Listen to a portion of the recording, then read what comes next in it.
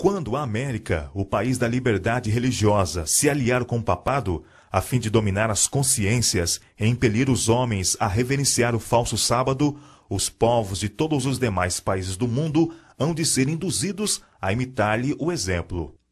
A questão do sábado será o ponto controverso no grande final conflito em que o mundo inteiro há de ser envolvido. A substituição do verdadeiro pelo falso é o último ato no drama. Quando esta substituição se tornar universal, Deus se revelará. Quando as leis dos homens forem exaltadas acima das leis de Deus, quando os poderes da terra procurarem obrigar os homens a guardar o primeiro dia da semana, sabei que chegou o tempo para Deus agir. Quando o Estado usar seu poder para impor os decretos e amparar as instituições da Igreja, então a América protestante terá formado uma imagem do papado, e haverá uma apostasia nacional que só terminará em ruína nacional. A substituição da lei de Deus pelas dos homens, a exaltação, por autoridade meramente humana, do domingo, posto em lugar do sábado bíblico, é o derradeiro ato do drama. Quando essa substituição se tornar universal, Deus se revelará.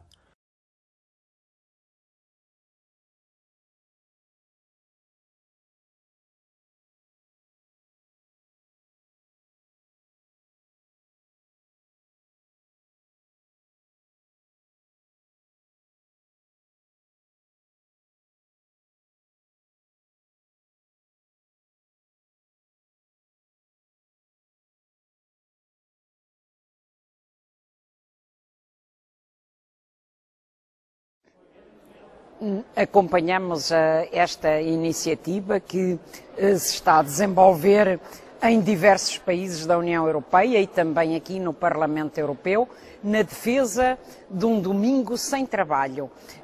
Porque é importante que os trabalhadores possam manter um dia sem trabalho, o domingo, para poder dedicar-se à sua família, ao repouso. Nós consideramos então que é muito importante manter esta luta para que o domingo seja um dia de descanso semanal, para conciliar a vida do trabalho com a vida da família e a vida pessoal, para o lazer, para o desporto, para a cultura. Os trabalhadores não são mais. Na defesa da dignidade humana, é importante manter o domingo sem trabalho. Pois bem, aqui nós precisamos compreender que não iremos a lugar nenhum se não tivermos uma estratégia. E o primeiro passo na nossa estratégia, dentro da Igreja Católica, é nós nos darmos conta de que nós somos um gigante adormecido. Vejam, a Igreja Católica tem um poder dentro da sociedade civil, de organização e de mobilização das pessoas imenso. Só que esse poder é um poder que está dormindo. É como se nós estivéssemos acorrentados por correntes de papel. Você compreende? As correntes de papel não prendem ninguém.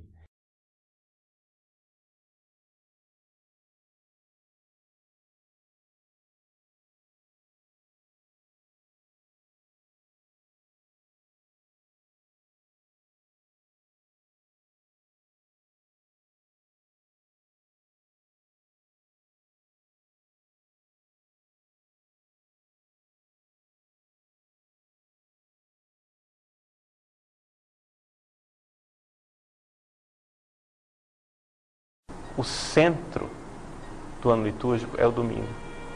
Então, nós lembremos disso. A igreja perde a sua própria essência se ela perder o domingo. Nós estamos aqui diante de algo muito grave, não é? Nós estamos aqui diante não de um detalhezinho, não é? Me desculpem o palavreado popular, né? Mas não é uma frescura, não é? Não é uma bobagem. Nós estamos aqui diante do centro. Se existe algo que faz a igreja, que faz o cristão, é o domingo. Por isso não tem cabimento essa história dos nossos irmãozinhos adventistas do sétimo dia. Eu imagino que se alguém pensava que o cenário para o fim ainda não estava montado, deve ter percebido que realmente o caminho está preparado. Sabe, irmãos, eu não me daria por satisfeito, feliz, se eu terminasse por aqui, porque não basta saber sobre os sinais da volta de Cristo. Mais importante que os sinais de que Cristo está voltando, é o Cristo que vem. Há muitas pessoas que conhecem as profecias de memória, sabem citá-las, mas eu pergunto, conhecem o Cristo das profecias? Ellen White diz que a parábola registrada em Mateus capítulo 25, das 10 virgens, vai se cumprir literalmente na história da igreja. Se é assim, eu acho que temos que dar mais atenção a essa parábola. E agora eu os convido a abrir em Mateus capítulo 25, e nós vamos encerrar então lendo essa parábola e fazendo aqui algumas breves considerações. Mateus capítulo 25, leiamos juntos os versos 1 a 13. Então o reino dos céus será semelhante a 10 virgens que, tomando as suas lâmpadas, saíram a encontrar-se com o noivo. 5 delas eram nécias e 5 prudentes. As nécias, ao tomarem as suas lâmpadas, não levaram azeite consigo. No entanto, as prudentes, além das lâmpadas, levaram azeite nas vasilhas. Mas, e tardando o noivo, verso 5, tardando o noivo, foram todas tomadas de sono e adormeceram. Mas à meia-noite ouviu-se o grito: eis o noivo, saí ao seu encontro. Então se levantaram todas aquelas virgens e prepararam suas lâmpadas. As nécias disseram às prudentes: dai-nos do vosso azeite, porque as nossas lâmpadas estão se apagando. Mas as prudentes responderam: não, para que não nos falte a nós e a vós outras, ide antes aos que o vendem e comprai-o. E saindo elas para comprar, chegou o noivo. E as que estavam apercebidas entraram com ele para as bodas, e fechou-se a porta. Mais tarde chegaram as virgens nécias, clamando: Senhor, Senhor, abre-nos a porta. Mais tarde, ou melhor dizendo, verso 12, mas ele respondeu: em verdade vos digo que não vos conheço. Vigiai, pois, porque não sabeis o dia nem a hora. Irmãos, daria para a gente refletir muita coisa em cima desse texto, que segundo Ellen White vai se cumprir literalmente na história da igreja. Mas pelo menos 2 coisas já nos saltam aos olhos aqui.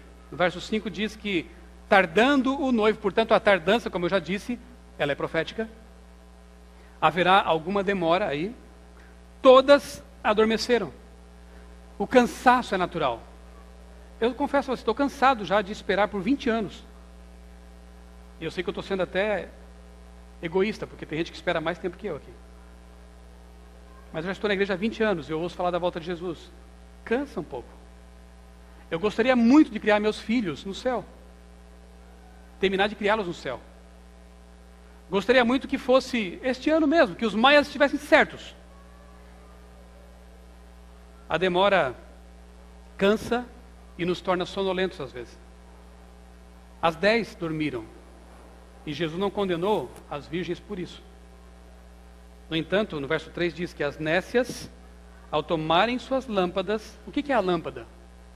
Salmo 119, 105. Lâmpada para os meus pés é a tua palavra. As imprudentes também tinham a Bíblia. E muitos acham que por ter a Bíblia, por ser adventistas, por estar na igreja, já lhes garante o acesso direto ao céu. Eu sou de 3ª geração adventista, alguns dizem. Que bom!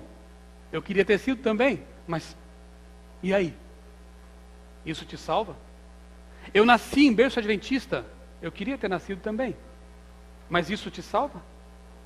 Eu sou ancião desta igreja, que ótimo, Deus seja louvado, mas isso te salva? Eu tenho a Bíblia, tá? O diabo conhece a Bíblia mais do que você, está salvo? As nécias tomaram suas lâmpadas, a Bíblia, mas não levaram azeite consigo. O que significa isso, irmãos? Sabem, para o pastor Mark Finley, que escreveu o livro Reavivamento Prometido, vale a pena ler esse livro, recém-lançado pela casa. Ele diz que essa aqui é a experiência cristã mofada. É aquela pessoa que acha que foi batizada uma vez e está garantida. Uma vez salvo, salvo para sempre. Parece que a gente até adota às vezes umas teologias aí deturpadas. Experiência mofada. Vive do passado, não renova a sua vida, não estuda a palavra a cada dia, não busca a Deus a cada momento, renovando essa experiência. Tinham a Bíblia, estavam na igreja, porque virgens na Bíblia, mulheres representam a igreja, eram as mulheres, eram a igreja, estavam ali, mas metade delas estava perdida e não sabia. Até o momento que a coisa pegou, até o momento que veio a perseguição, até o momento que os eventos finais chegaram e eles não se davam conta de que estavam tão próximos. E aí quando foram tentar reagir, não dava mais tempo. Ou você pensa que você manda em seu coração, tipo, quando vier o decreto dominical, eu me preparo. Você não é dono de si mesmo. Você tem que começar essa experiência agora. Sabe, irmãos, uma coisa é você ter a palavra na mão para defender a verdade. Outra é você ter a palavra no coração para viver a verdade.